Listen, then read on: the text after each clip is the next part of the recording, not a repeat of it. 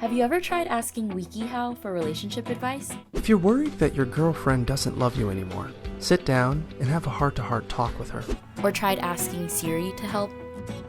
Hey Siri, how can I get a boyfriend?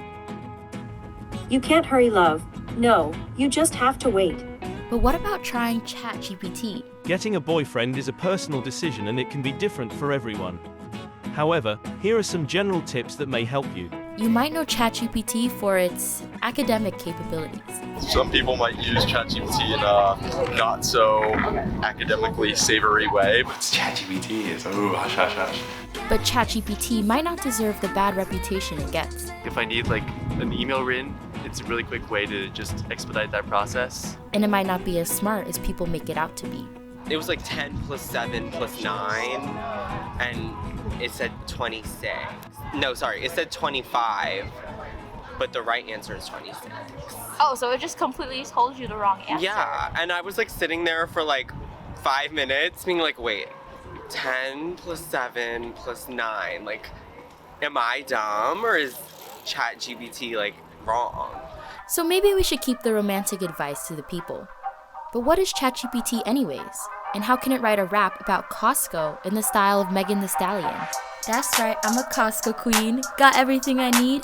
Know what I mean? Saving money? It's the key. Costco's where the real bosses be.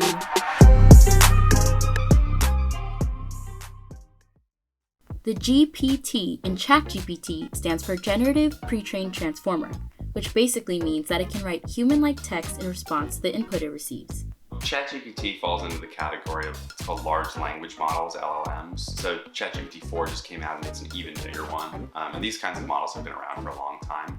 It's run by OpenAI, which also made DALL-E, a digital image generator. And since OpenAI made ChatGPT available last November, the number of users has skyrocketed. But professors have some ethical concerns about students using it in their classrooms. Because some of my professors are guys, don't use ChatGPT, you need to be original and do your own work. However, completely banning it might not be a helpful solution. I understand, were I a professor, I probably would do a similar thing. But I don't know that it's the right option. I think that it has a lot to offer, even in the ways that it adheres to academic integrity and even those professors' values in ways that I don't know they understand or have thought about. There are ways ChatGPT can be a useful tool.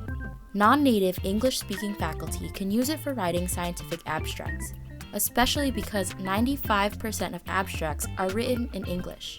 Chief AI Officer for Northwestern Clinical and Translational Services Institute, Yuan Luo, said, quote, "This integration can free up a lot of human brainpower to focus on the next level of exploration. And students can use it for homework help." It's often useful to talk through ideas as you are developing answers to questions that you have. It's useful to discuss them with someone. I'll be can you explain this in layman's terms? Because it's a piece written in 300 BCE China, I can't fully understand it. I'll be hey, could you regurgitate this for me? Professor Nina Wida encouraged her students to critically analyze ChatGPT by using it to write an essay for class. I want to be on their side and support them and say, this is how you can use it in a practical, productive way.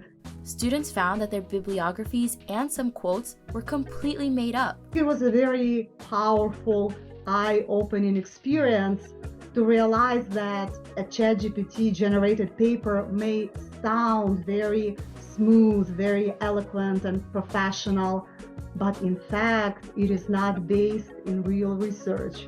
It's an interesting, perhaps a chilling feeling to realize that it seems powerful, but in fact it's not. AI is developing rapidly, and regulators are struggling to keep up. Elon Musk was one of over 22,000 people who signed an open letter to pause the development of AI so regulations can catch up. That's a big issue because we can't really just leave it up to small communities and the people who made it themselves. That's a little bit irresponsible. Back at the university level, students and professors are imagining how ChatGPT might inspire some new forms of learning and teaching. I think schools should learn how to respond to it more, and I think it will change how we teach in the future, hopefully. This introduction of new technology can become an opportunity for professors and students to get to know each other better, to find new ways to learn, because in the end we have the same goals. And in the meantime, maybe we can keep using ChatGPT for other things, like writing emails or finding love. Remember, finding a boyfriend is not a one-size-fits-all process, and it can take time and effort. Be patient, stay positive, and focus on being the best version of yourself.